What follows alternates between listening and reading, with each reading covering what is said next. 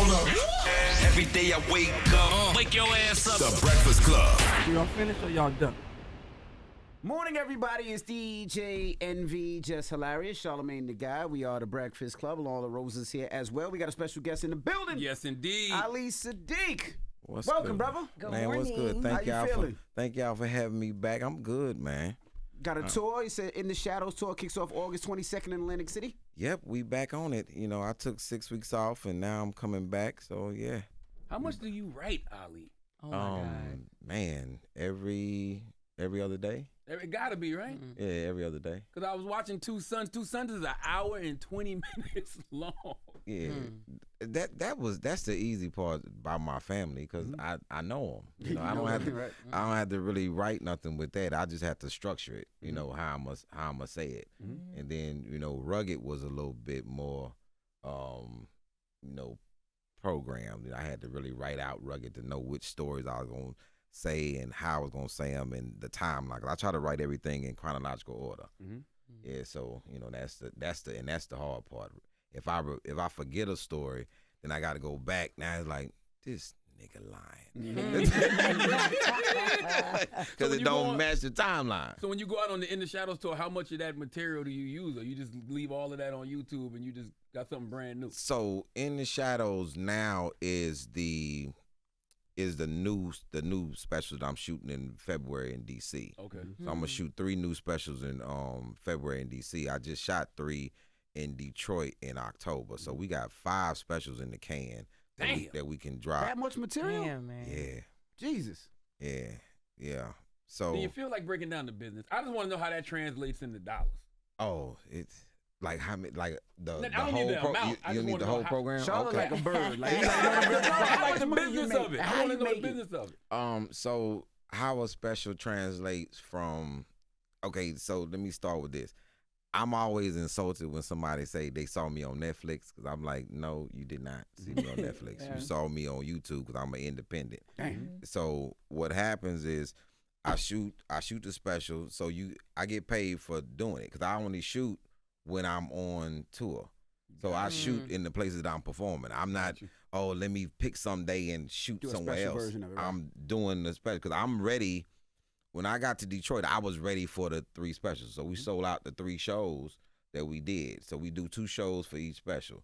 So that's 6 paydays just to shoot it.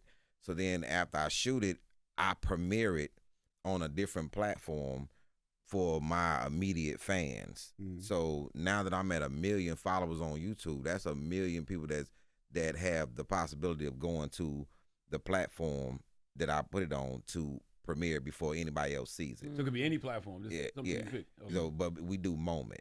Okay. Yeah. Okay. So then after 2 months, because I wait 2 or 3 months before I put it on YouTube for free. So now that translates into commercial dollars. So people pay for the watching on the moment? Yes. Okay. So that's Gotcha, subscribers. gotcha. Yeah, that's Subscribers subscribers. pay, and then Yeah. you do it for commercials. Okay. Yeah. But Smart. so you shoot. yeah. You said you shot 4 specials in the last couple of months. 3. In the last 3 months. When do you get time to? Do you have to practice your material? 'Cause like most comedians would like, let me try this out. You first, gotta see and you what- gotta live life too. Yeah. Yeah, right. The thing is, I'm on the road. It's 100-city tour, so I'm gonna take the first 30 cities and work the stories, and then by the time I get to city number 40, that's when we shooting. Gotcha.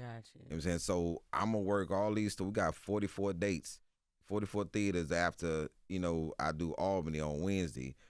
Cause when you take time off, you have to go to the minor leagues first, and come back. Cause how my stories line up was kind of off a little bit. I was forgetting major parts of the story. I'm like, wow, I wasn't supposed to say that yet. And people pay attention to you, so people know this. They like, say, no, you can't go. And then I had to start saying something like, hey, it's a part that I forgot to tell y'all.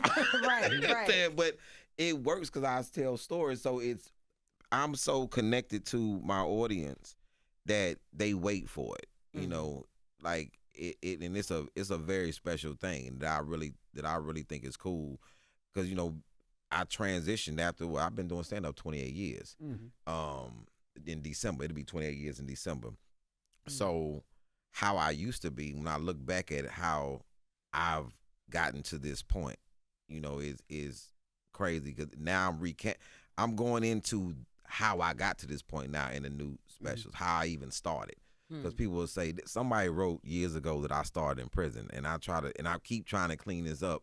I did not start in prison. There's no comedy clubs in prison. That's not what this paper says. Yeah. This paper says right here, most people work out in prison, but you did comedy. Yeah, I know. Was that your first show? Somebody, I don't know who wrote that initially, and it's been sticking. So every time I get to the interview, so you started in prison. Man, there's no comedy club between the child hall and the rec yard. Well, I'm like, yo, everybody come in here. I'm gonna get it done. No, it was more like the first 2 years I was wilding. I give it that. I was on prison time. You trying to survive? It wasn't even surviving. But what's wilding in prison? Oh man.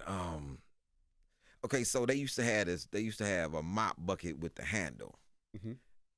Me and probably some other people are the reason they took the handle off. What were y'all doing? So the Mexicans would cut the handle off and turn it into knives. I got into it with a dude, and I dropped him. And then I went to the third floor. I was so mad. I was wilding. I went to the third floor, and I filled the mop bucket up with water, and I dropped it down on him. Damn. You know what I'm saying? So, The water was hot? No, he dropped the bucket. full of water. Full of water. I dropped the bucket and everything on him. And to do that, you got to have a handle. Right. Doing it like this is a little awkward. But, yeah, I was on one. I was. Did the band survive? Yeah, what happened? What did it do to you for you to do that? Man, If you say you stole your chips or something, I'm like, nah, damn, Ali. I had a problem with people talking reckless. Like, that's why I didn't play dominoes. Cause see, people lose their mouth in dominoes. So we play, and I told them, I said, hey man, I don't want to play because y'all don't know how to talk right. Man, nah, we ain't gonna say nothing. So then we playing dominoes, and I called 10, and then the next thing I know, 10 inches in you. And then I just got it. Don't even worry about it. Don't even worry about it. Don't even see. This is what I said. Oh, man. I said I don't do this. And I just, man, I lost it. And people knew. People was like, oh boy, you might want to go put your boots on because this little boy is a wild man. And I figured out. Look, see how you laugh. See, I can't take all that. And the thing is. I figured out that most people can't fight hand to hand. Mm-hmm. I've been boxing since I was 6. So I was like, yo, it don't matter how big you are. I ain't got no weight class. You know what I'm saying? It's like, if you trying to do something, let's do it.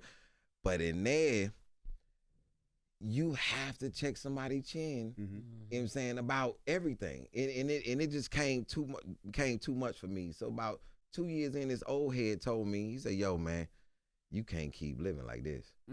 Because I was like, yo, I would be on that basketball court, and this is where I say 85% of my fights start on that court. You know what I'm saying? Get undercutted. I'm doing you dirty on that court, and all of a sudden your mouth went crazy, and I just, all right, no, I'm waiting. I'm like, as soon as we get back to this block, it's on, and I'll just bust you in your head. Dang. And oh man, a can of tuna and a pair of socks. Oh, you can get the work done. Put the tuna in the socks. Yeah. How old were you? 19 when I went. Oh, you was young. Yeah, so 19. 4 days after I turned 19, I was gone. We used to do that with locks in high school. Put the locks in the You socks. you put your lock on your belt. You the combination lock. You put that on the loop of your belt. Use and like you brass get knuckle. yeah. You get the swing. Yeah. The swing is pretty good too though. How You ain't got to wrap it. The swing is pretty good. So when you got home, Wow. all those people that you beat up in jail, they never came back at you. You never see them at your shows. But like, you remember me? I'm the one that you hit. Man, you know it's wild. It's more dudes that I beat up in high school that be on one than anything. I was just, and at this function, I'm gonna say this publicly because I always say if you disrespect somebody loud, you gotta Your homeboy behind you shaking his you head. gotta apologize. You gotta apologize loud. Right, yeah. So DJ Scratch, I'm quite sure you know him. Scratch. Yeah, DJ the real Scratch. So it's my last day of vacation. I'm having a good time. You know what I'm saying? And then he's back there doing his mix. I'm like, and I'm on the mic. I don't want to hear that. I want to hear everything from the South. I don't want to hear nothing that you know, all that. I don't want to hear none of it. Damn. And Scarface is like, yo. The legendary scratch. Yeah. Okay. And Scarface is like this, yo, Lee, Chubb Rock is on the side like, it's on. Like, and it's a video of it out, but I had already apologized before the video came out, and Scratch was like, Cause Scratch ain't backing down. Either. he ain't Yeah, backing Scratch down. ain't backing Like, down. I'm telling you. and I'm wilding. And I'm like, yo, I don't want to hear nothing. So he from- DJing, and yeah. he had a mic. Damn. I don't want to hear this shit. I don't want. I'm on one. Because just think, if you just got back from Italy, you don't want to find out that you got pasta for dinner. You know what I'm saying? I just got back from the East Coast. I don't want to hear nothing East Coast because y'all don't play enough South up here for me. So I'm like, I don't want to be at 5015 in the South. I'm in Houston on my block, and I'm hearing. I don't want to hear none of that. I don't want to hear none of Jay-Z, it. allow me to reintroduce And myself. I'm wilding. So you at the club in Houston? Yeah, at 5015. And I'm wilding. Damn. And Scratch is like, yo, he stopped the music. Yo, they ain't hearing the transitions. Man, I don't care nothing about that. Play Fat Pat, Lil Kiki, Damn. Slim, Power Wall. You know what I'm saying? And y'all Mike- going back and forth on the Man, mic. and how that stopped, Scarface is looking at me like, because he the one brought me over there. I was at a whole nother club having a good time. He's like, yo, Lee, come over. It's the Willow Ridge reunion, 90s reunion. Lee, come over here. Da-da-da-da. So me and Special Ed and Be Fine and Chubb Rock, we walk over. And man, as soon as I heard the transition, I was like, I don't want it.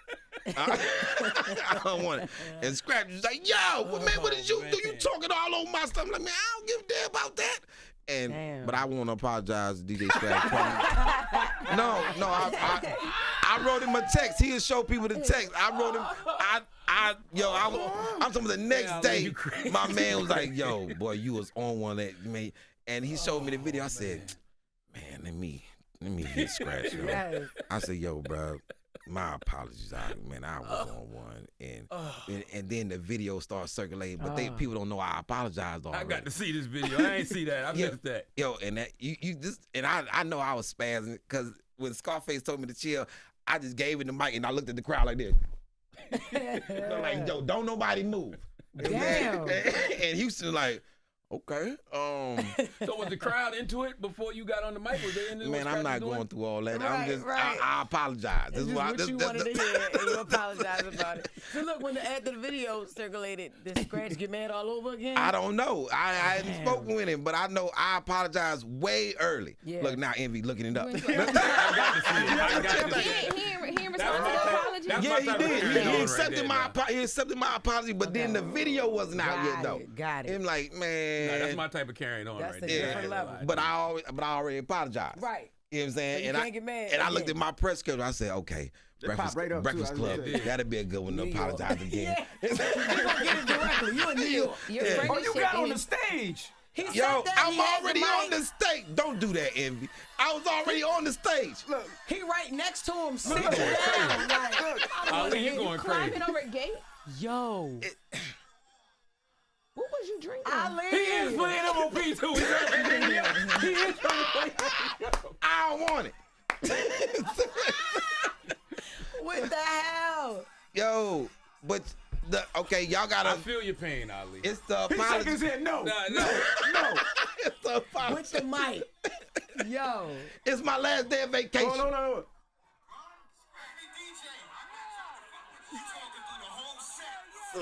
Scratch is hot.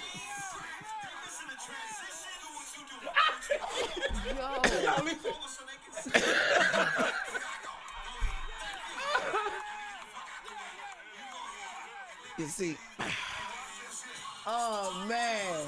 Here's the thing, man. I feel Ali's pain. I love DJ Scratch, but I have been in South Carolina where you got a DJ from New York, and when they do MOP Annie Up, they keep going. They don't at least play the song. Yeah. They just keep doing It's a that lot of over and teasing. over and over. Yes, A lot man. of teasing the record. Envy ain't here. He a DJ. He like, yo, Lee, you wow. That's His feelings hurt.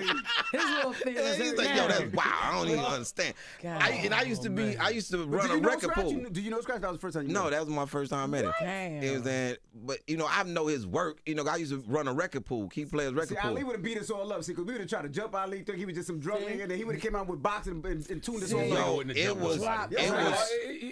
You see where he go? Somebody grabbed the It mic was- on the stage. We done No, jumped him. We done tried to jump him. Scarface gave me the mic. I'm already on the mic. But that would have been bad though. That's what I'm saying. Because He tuned us all it up. was It was in Houston. No, it was no, bruh. We in. Let me. Yeah. Give me. I'm gonna put this out there. I'm playing. I remember the last time a dude said something to me in the club, in that same club, 5015. And they let you back in? And the cops told him, yo, you are not going to survive this. And he ain't even going to touch you. Do you see that man ain't said nothing? I'm just looking at him like this. Damn. And everybody behind him is seething. They like, bruh, do you understand where you are? You are in Third Ward. That man got a house right down the street, and you're on his block. It's no way to run. Damn. Once we get out of this club, Damn. it's nowhere to hide. Oh, man. It's like, hey, you on our meter block. That is Like, funny. That is yeah, crazy. but I'm glad you apologized. I'm glad y'all made up. Yeah, just make sure the apology is said. Funny shit when Scarface in the video trying to act like he don't see what's going on at first. He looked around. No, But did you see Ali face? Face pulled me to the side. He's like, yo, Lee, hey man, I brought you over here. I was like, but I was having a good time where I was at. You brought me over here and asked me to get on the mic. And then I was flying with Blaster was DJing. You know what I'm saying? Def Jam Blast was DJing. It was all type. I was here in Fat Pat. I was there. And then I hit dan. I'm like, nigga, no. I ain't feeling this. Not right now. And I was happy where I was at. Oh, And I was happy where I was at. Yes. Man, But you apologized. but I did apologize. You did. Scratch. DJ Scratch, I humbly apologize for stepping on your transitions and yeah. He was Salute to specific. Scratch, You didn't man. hear what I did. To Yeah, tell you ain't hear specific. the technique and all. I'm like, yeah, I don't give a shit about that. I was You like, did say I that. You want said that. little Southside, yeah. Talk to us about this applied advice pamphlet, man. Man, yeah, man, don't call my book not no a pamphlet, pamphlet. it's a book. Yo, Oh, you know you see something? what he just did to you? I see what he You did. see what he You know what I'm just did to saying? you? Just I called him for publishing. I connected you. I put you on Man, them people ain't hit me back or nothing. I emailed them This people. don't look like a black publishing that he like. Look at the other book he published. Yeah, hard. I could have did it in hardback myself. But why you but- ain't do his like? I want to. They ain't never hit you back. Hold on. Yeah, No, ain't no damn hold on. Some people ain't never hit me So back. now it should have pamphlet. 86 page pamphlet. Crazy. That's cold blooded. He said, "Yeah, tell me about this pamphlet." There's a whole book with a SKU number and everything on like that. He said he got a barcode. We got a table of contacts. You wild as hell. Tell us about your book, Man, bro. I don't want to say nothing now. It's a book with a SKU number. He said, I ain't hey, mean tell it me like about this. that, man. Tell me about your brochure. It was printed in the United States of America. Yeah, it definitely printed in the United States of America. But that's I cold. love this. What is it? So it's applied advice. Yeah, by it's the people always ask me, Ali, how did you get from point A to point B? Yeah. And I say, well, these are the 13 people that I listen to their advice. You know, a lot of times people give you ask for advice and then never use it. Then get mad at you when something don't work out. Like, well, I tried to tell you. You know what I'm saying? So my mom, she's in there. My mom, my dad's in there. Dick Gregory, Bruce, DL Hughley, Underwood, Mike Epps, yeah. Bill Rob Bellamy. Stapleton. Rob Stapleton That's is my guy. that. Rob Stapleton is a huge reason. I remember when Yes. Rob Stapleton called me out of nowhere. It's like one of them calls you just get. It's maybe 06. Rob Stapleton calls. He's like, yo, you got to get out them Chitlin Circuit rooms. I said, what? But I'm making pretty good money in these Chitlin Circuit rooms. He said, bro, it don't matter. You are too talented to just be in those chitlin circuit rooms. You should go to the mainstream room. He said, now you're gonna have to take a pay cut. You're gonna have to take a huge pay cut, but it's gonna work out for you. 2 weeks later, Malik S calls me, and DL wants a host at the Houston Improv, which I headlined this club before for a one-nighter. And I'm like, I go back as the host. I'm like, man, what they paying? He's like $50. What? I said, per show? And he's like, yeah. So, and I'm thinking, man, I make way more money than that. And then Rob Stapleton popped in my head. So then I take the gig. DL, I do the show with DL. Then he asked me, yo, what you got next week? I said, I'm chilling. I ain't got nothing. So he takes me to Austin. It's probably probably four black people in the whole building. You know what I'm saying? And three of them in the green room. Me, DL, and Derek Keener. And one guy that's a waiter. Do that show with him. I do Off and On with DL for 2006, 2007. DL becomes the host of Def Jam in 2008. I'm on the show. I'm the season finale. You know what I'm saying? That year, I remember because it was the season finale of The Wire and Def Jam at the same time. Then the clubs, I'm in the clubs, and I'm doing an hour in front of DL. And DL coming to an hour 10. It's just 2-man shows after that.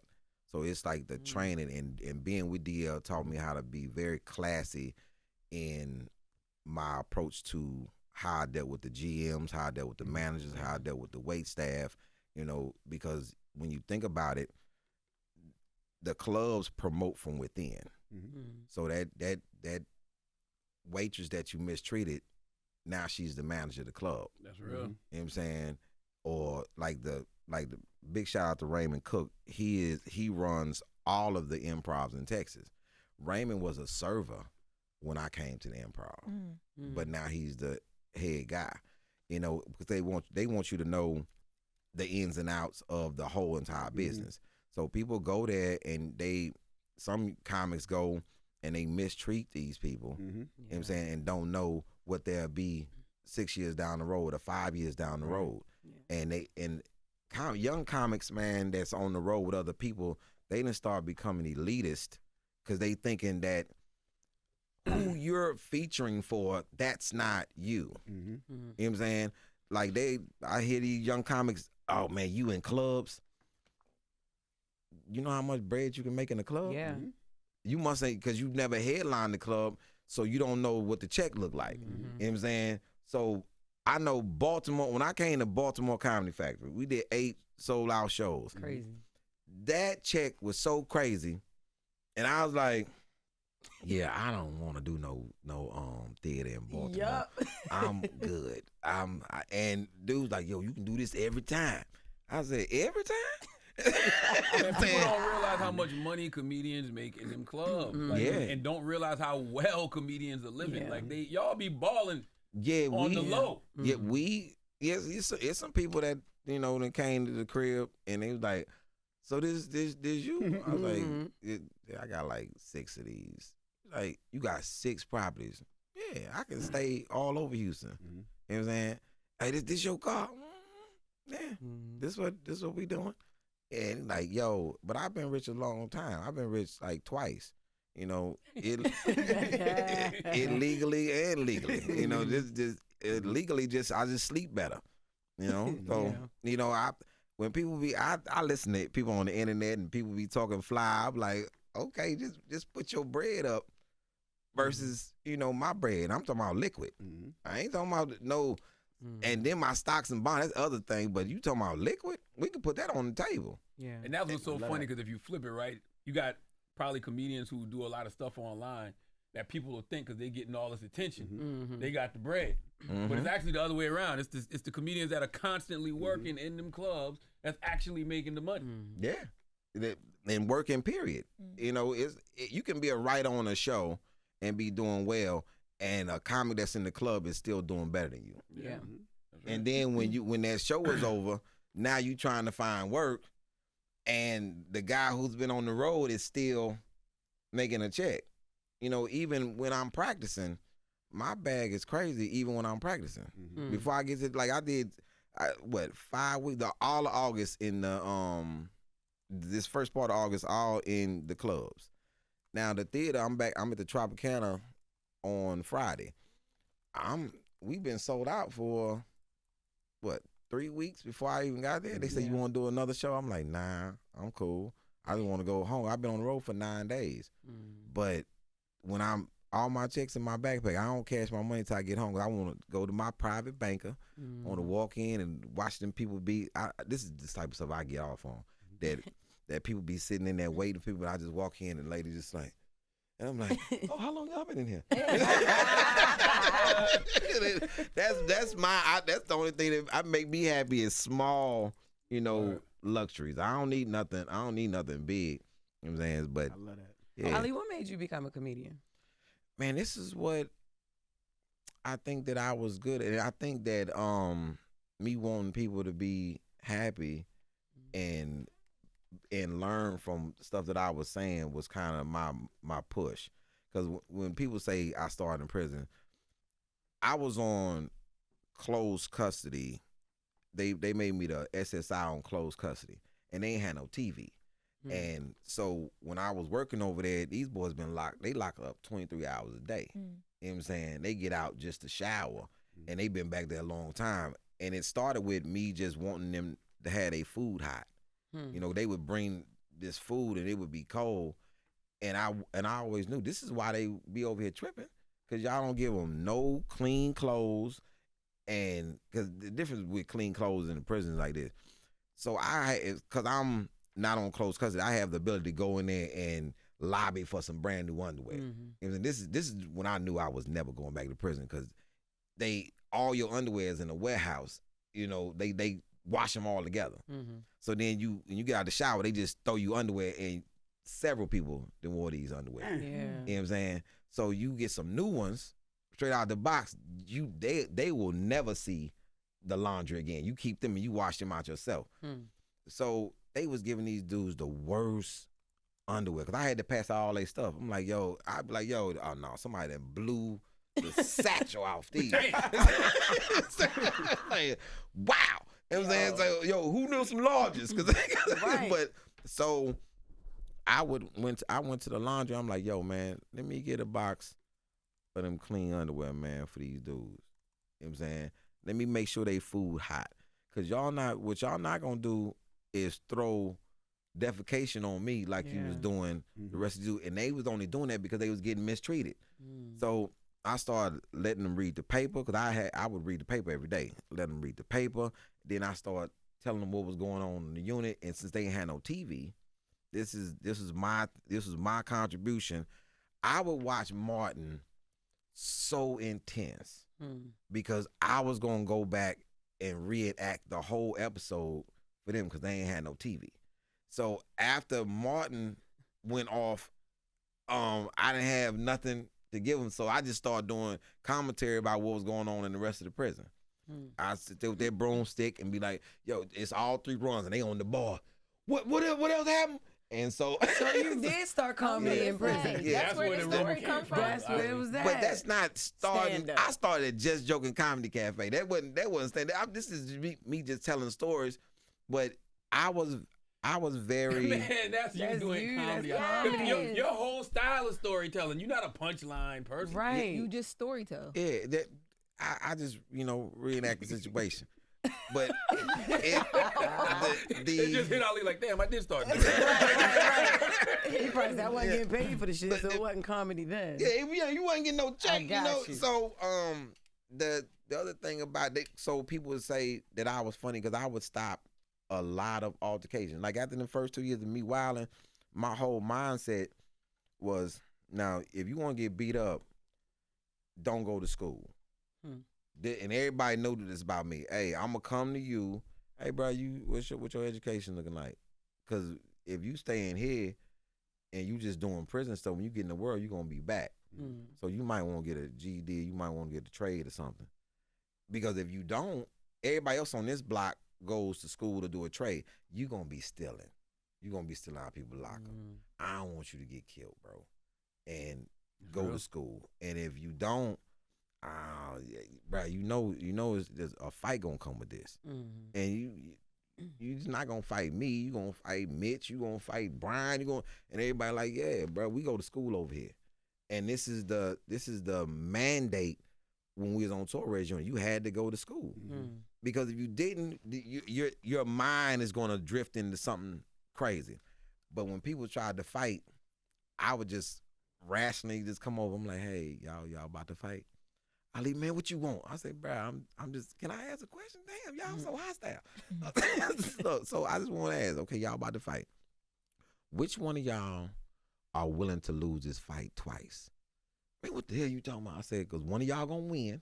One of y'all going to win for sure. And then the COs are going to come in and beat the shit out of both y'all. So who want to lose twice?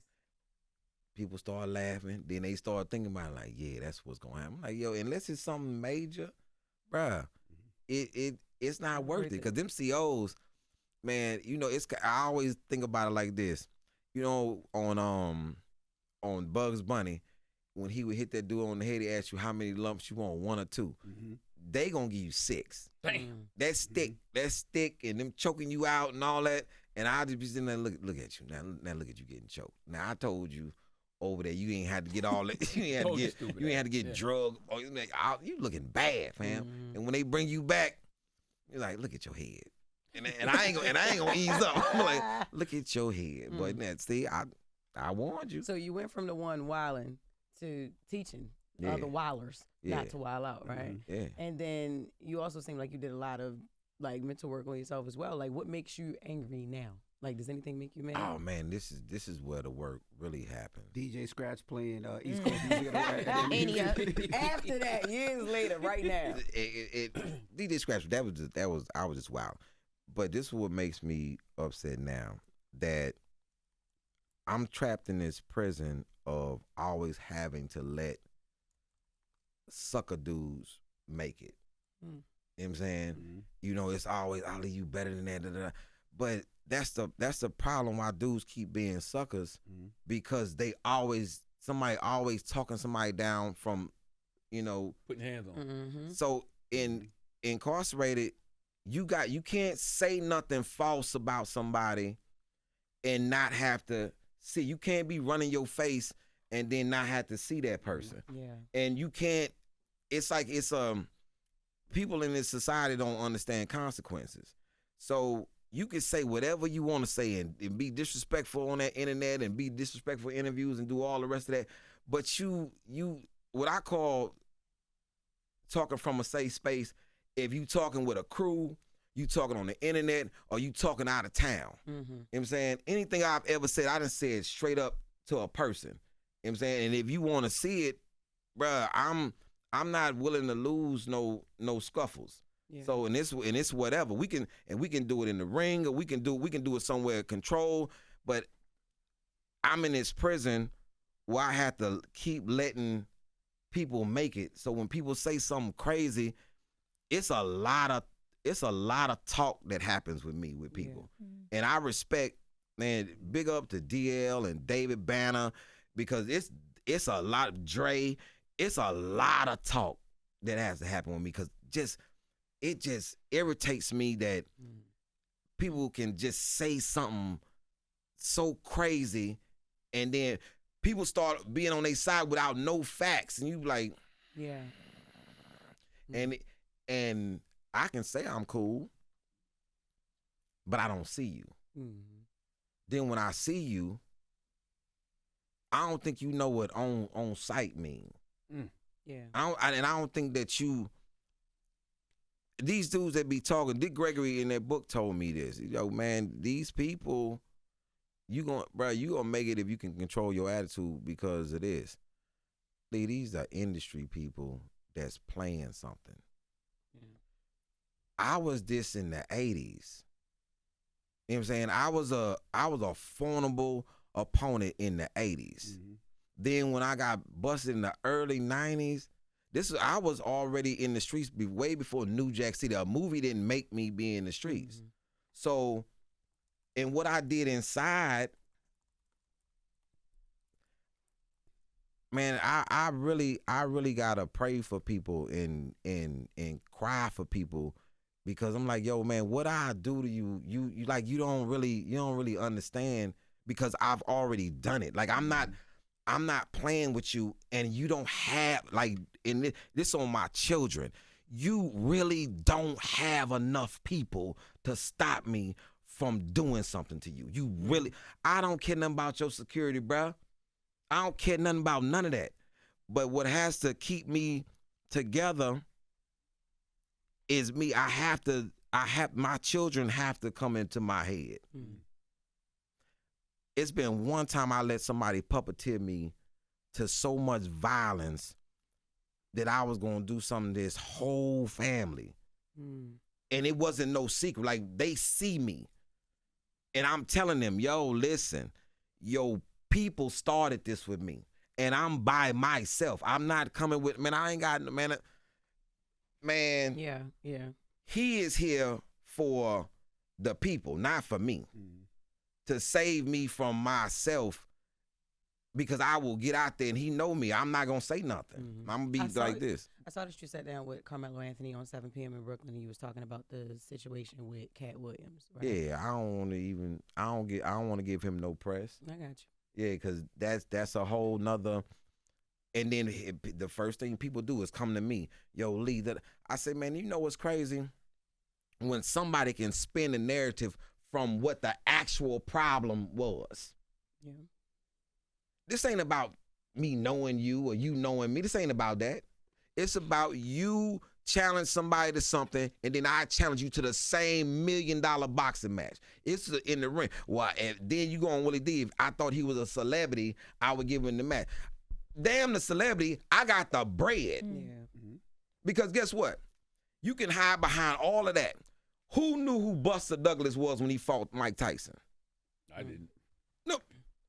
Who knew who Roach was when he got ready to fight Tank? Well, I knew Roach. No, we knew Roach. I didn't know Roach. Matt, we talking about it's Tank though. Everybody's not on the same level in boxing. That's right. But if you somebody call you out, it is what it is. I'm lying. I didn't know Roach. I didn't I even know. know. I ain't gonna keep that lie going. I believe Envy, because Envy was like, no, I knew You heard of Roach. Roach He was before. I like, did. light skin on light skin. I knew he knew. You know, And I watched boxing, but I didn't know who Roach was. I avidly watched boxing and didn't know who Roach was. But then I'm like, oh, I went back in his career. Like, I didn't know who Wilder was, because he hadn't fought nobody that I know knew. who Wilder Yeah. was. What are you talking about back in the, when you talking about? When Wilder first jumped on the scene, I didn't know who he was, because he hadn't fought nobody that I even was paying attention to I knew him until he got to his knockout streak. who was he knocking out?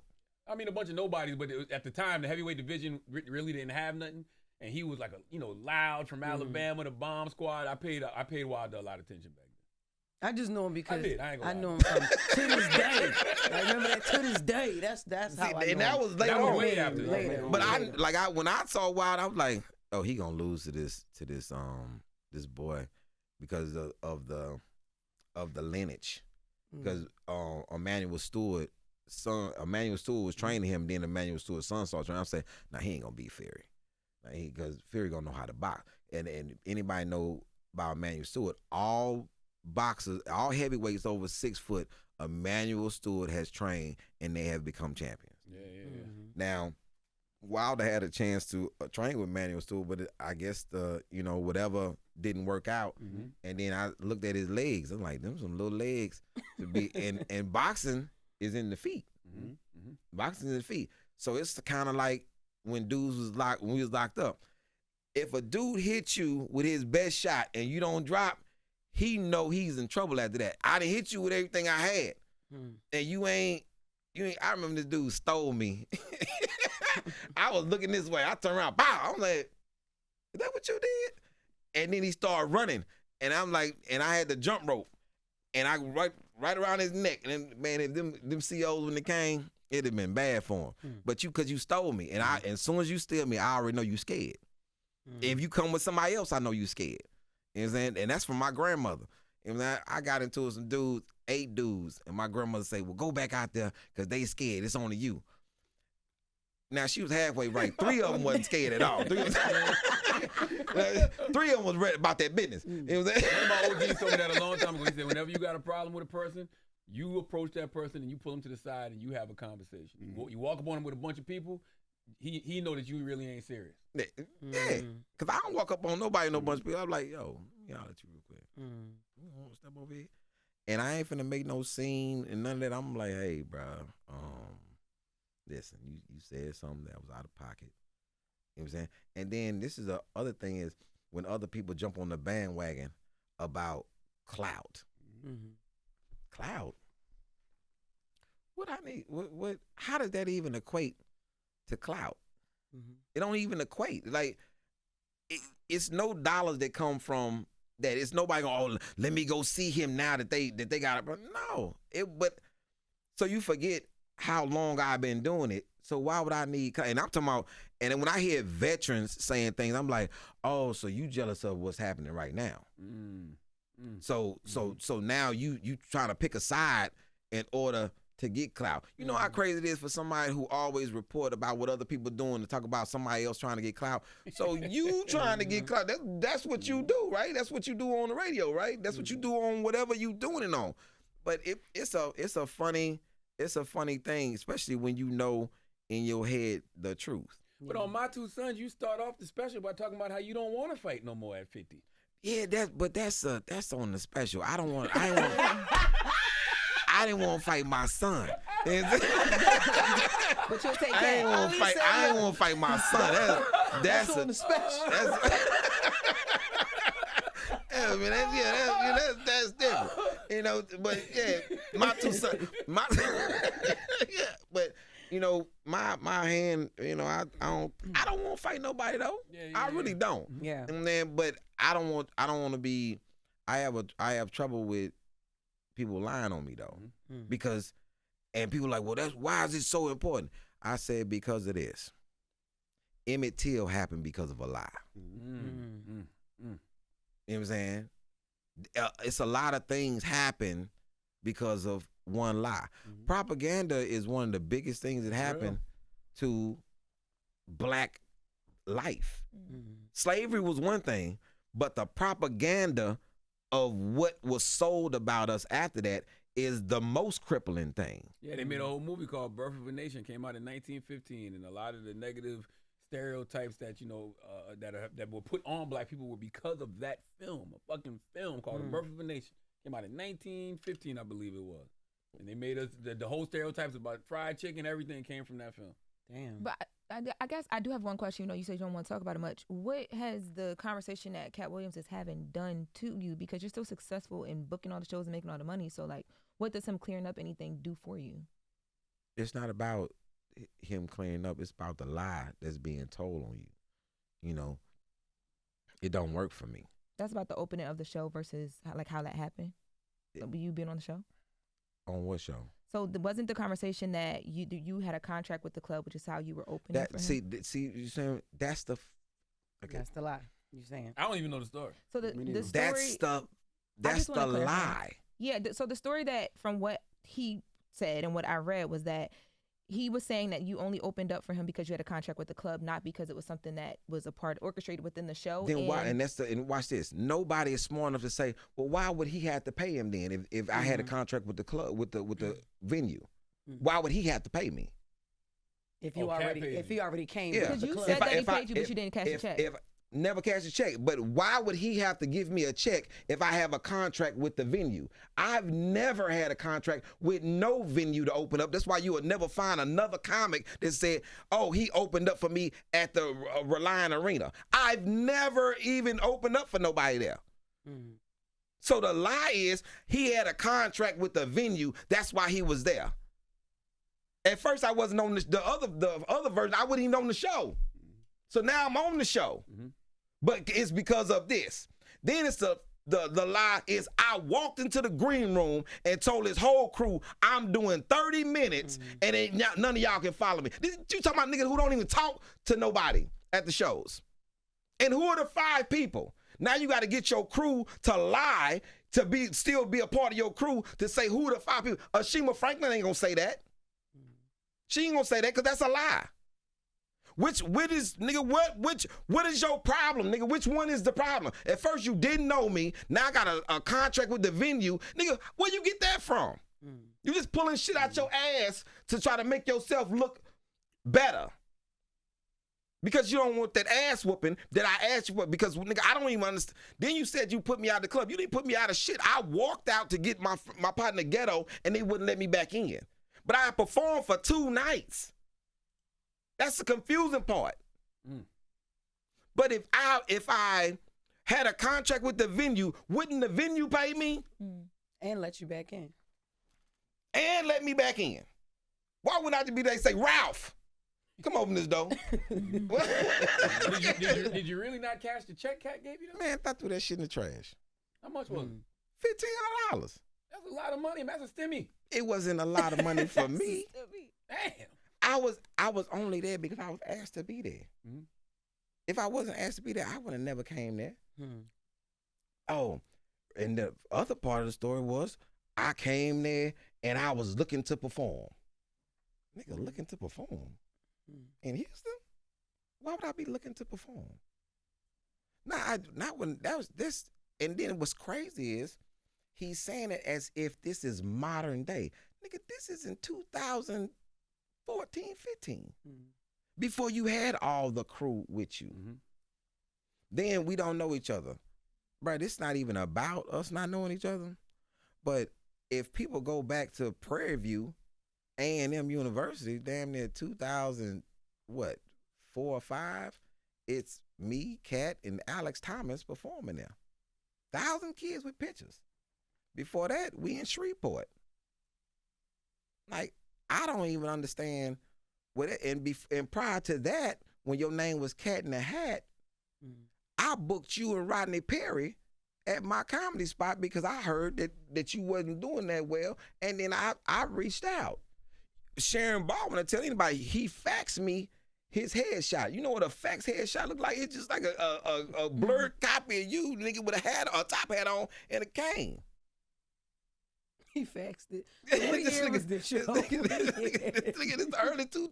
Oh, okay. And I never told the story because I couldn't remember who the other comic was. And me and Rodney Perry ended up talking, and Rodney's like, man, I don't even understand this because it was me, you, and I said, what you talking about, Rodney? He said, yeah, you booked us at this spot called Cloud 9. You was doing this thing called Uptown Saturday Night. I said, goddamn, Rodney Perry, you were the other comic. Right, and so I didn't even understand. Well, I'm confused. I don't even know where it started. Like, where did it start from? It started from was there The anything boxing prior match. to the show? Oh. It started from me accepted. If you challenge Kevin to a boxing match, somebody who is doing whatever he's doing, he ain't got time for you. Why don't you let me get that match for that $1 million? Because I got time, and I want to solve this shit that happened at the Houston Reliant Arena. Oh, this what you said on Shay Shay? This is what I said on Shay Shay. This is what I said because my story ain't changed since it happened. Okay. But it was the show, and then it was the boxing match conversation. No, it was the boxing match first. Oh, I thought the boxing match happened after. Okay. And then it's all this ridiculousness about this show.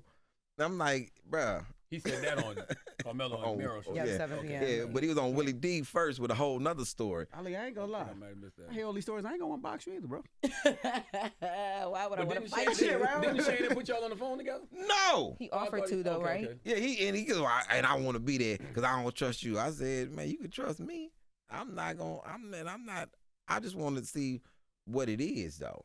Because now you done said something way out of pocket, and I'm like, oh, okay. I say so, and then you said, what do you say?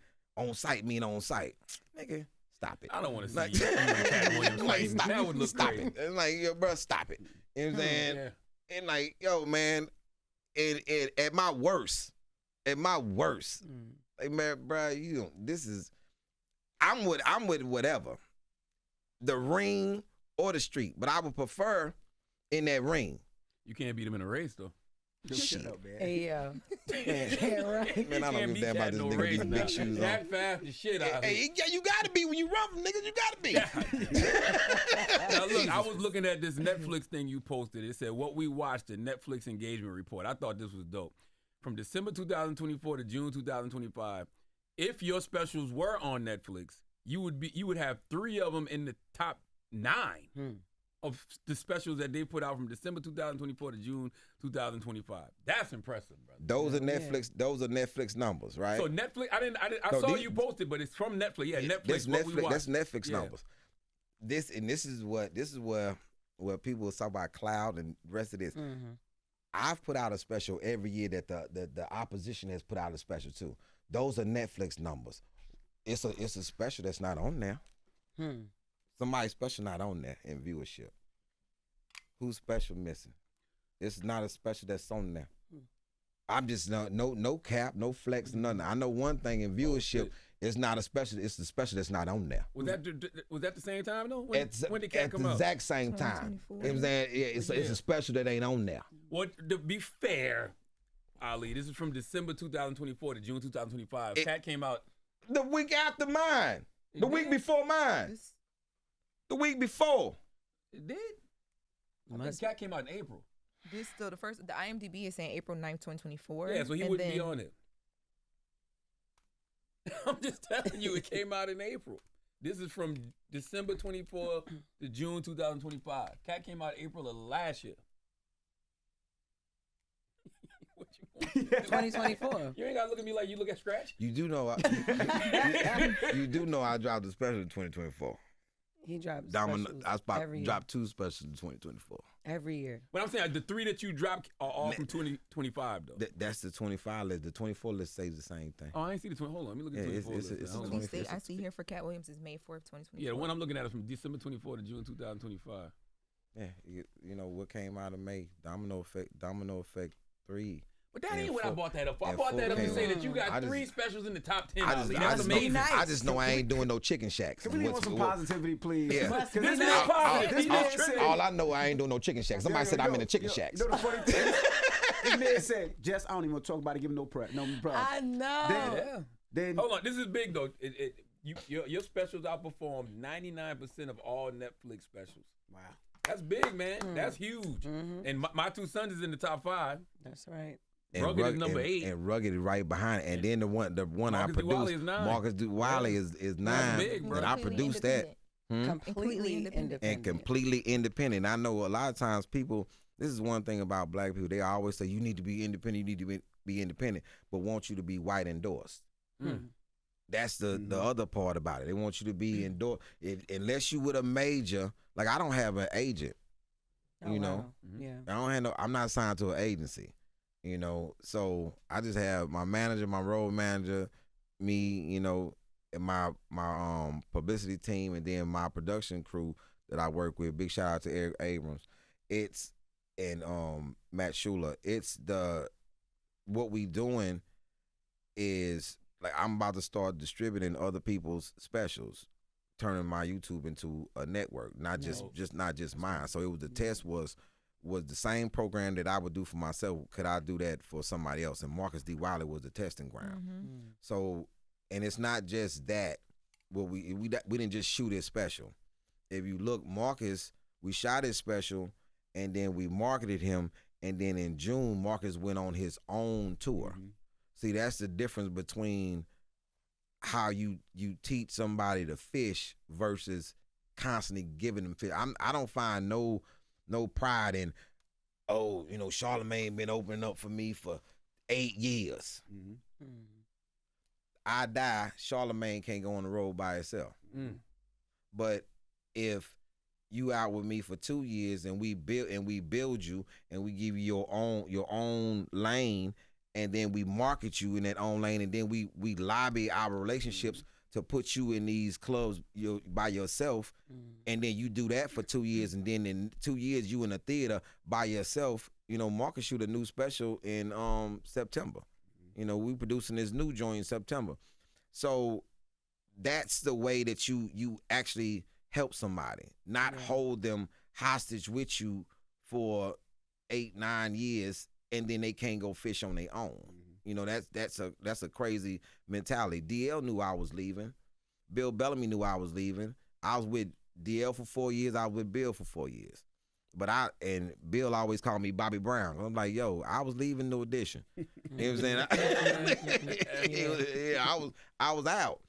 And So in that concept, when it's other comics, other comedy friends that I have that I want to produce their specials, and this is where you start to understand the industry. There's some people who done sent me their specials, and I didn't had Didn't like it. Why you gotta be so bold? 'Cause it's true. You ain't like You it. like No, it. I ain't saying I ain't like it. It just wasn't. It wasn't on brand. So I gotta go. Not a book. I got to. That's your excuse. That's not an excuse. That was an excuse. No, that's not. It doesn't fit the brand. No, They no. watch it right now like, I knew he didn't like it. No, I That had was to. some corporate shit to say too. It don't fit the brand. What's the brand? Yo, Like, Loren what? said it was a pamphlet, not a book. I love it. It's like you gotta tell your friends, like, hey man, look, I don't think this is I don't think you want to be introduced like this. Yeah. You kind of want to come out a little stronger than this. I don't want to hear That's real though. Dave Chappelle told Donnell that. in a He in a did special. not have to No, I'm say, dead you serious. did not.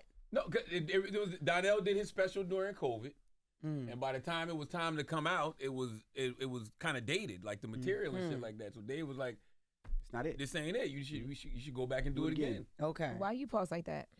Because he did not have to just throw Donnell under the bus like that, didn't he? He I wasn't told he it. threw him right He under came up there. and said that. He said it up here. Anyway.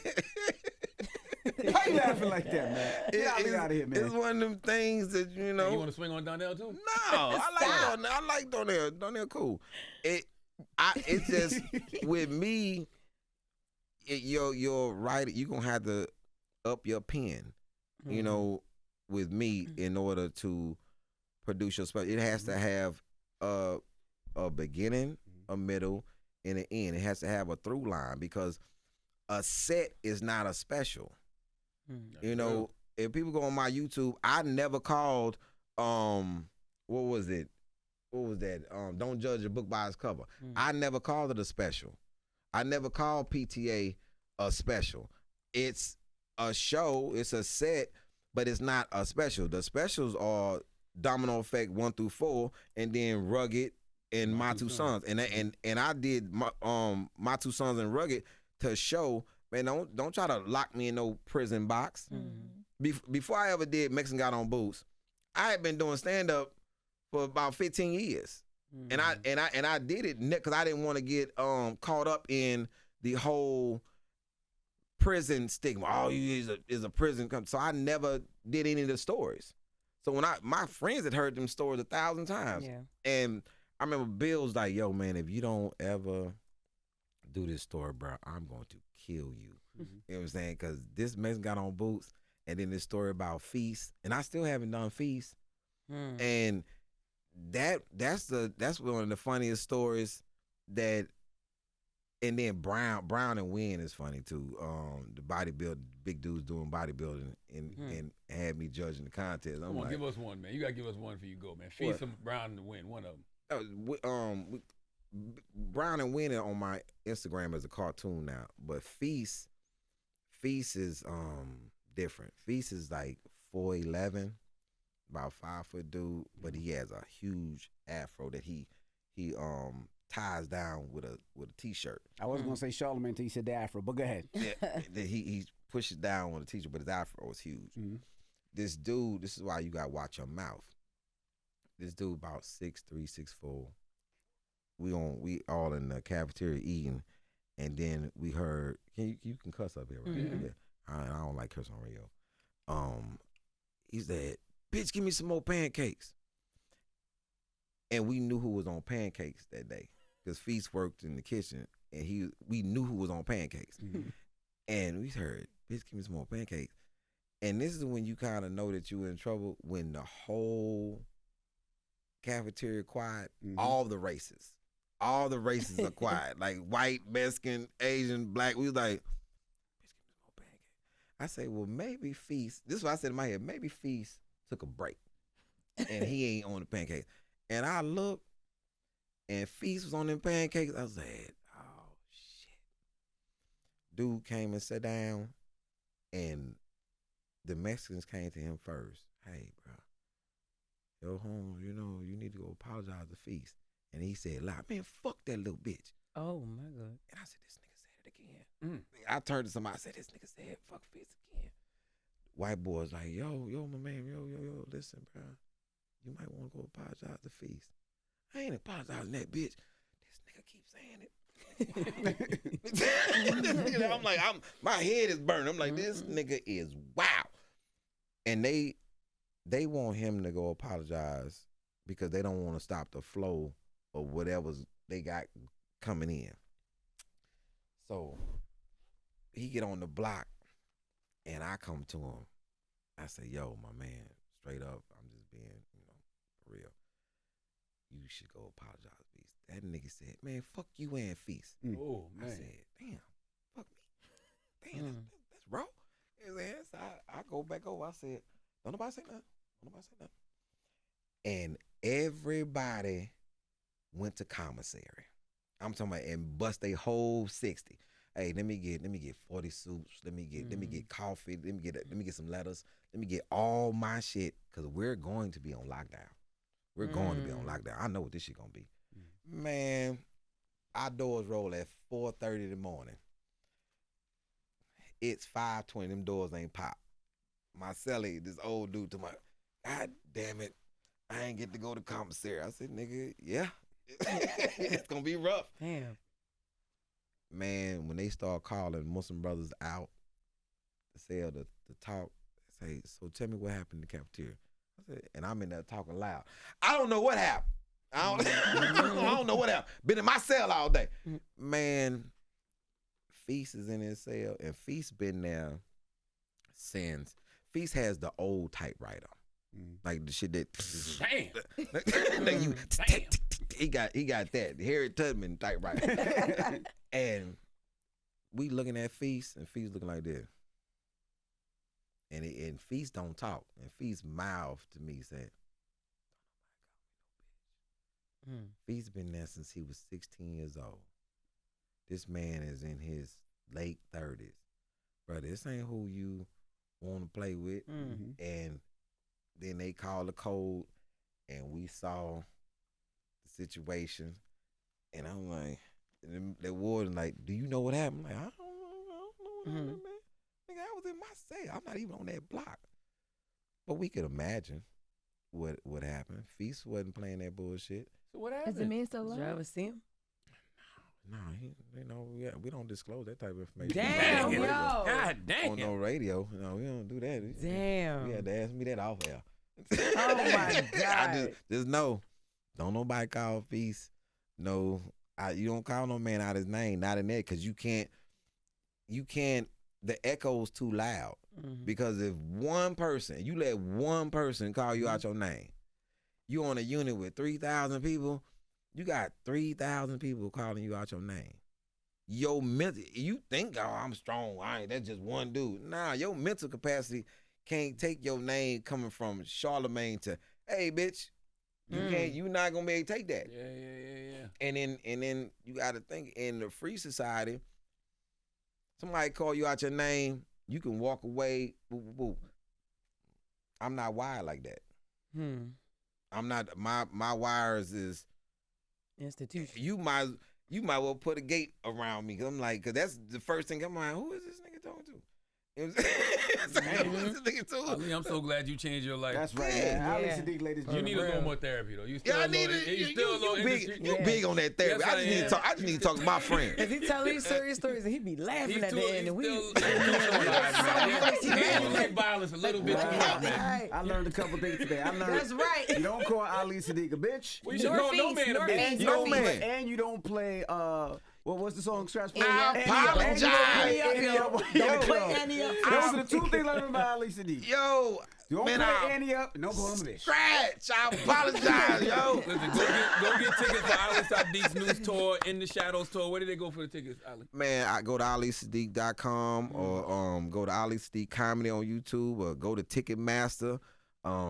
Wherever tickets are sold. That's one thing about selling tickets. People call you as if they ain't never been no concert. Man, I get tickets to your show. The same way they we want got tickets to Eric Benet show, nigga. That's right. Nigga, I saw you moving your hips at Eric Benet show, nigga. Now all of a sudden you don't know how to get tickets. Because you know me. Ali Siddiq, And I'm sure ladies you and can gentlemen. apply the Vice at the same website. Yeah, you can get on Amazon. Okay. It should be on Charlamagne's thing, because publishing. everything he do is the bestseller. Can I get my pamphlet Yes, to be a well, bestseller? we don't want the pamphlet, but what we gonna do is I said, no. Wow. I check your email right now. I did it while we during the I'm interview. sick of this. Wow. Clown. All right. Check your email. I put you on during the interview. Okay. I did. I signed your book and everything. He sure did. Nigga said, Quick read. I can't wait to read it. Quick. Wow. Wow. No, this is, man, cut it out, man. Oh, This is, wow. That- You tried It's supposed to be a quick That's my read for point. people, because people don't read no long ass Yes. books. Exactly. He be here I talking about a long ass book every day. when I see him talking about these are the best sellers right here, I'm like, nigga, who read them big ass books? Nigga, they just stamping this nigga shit.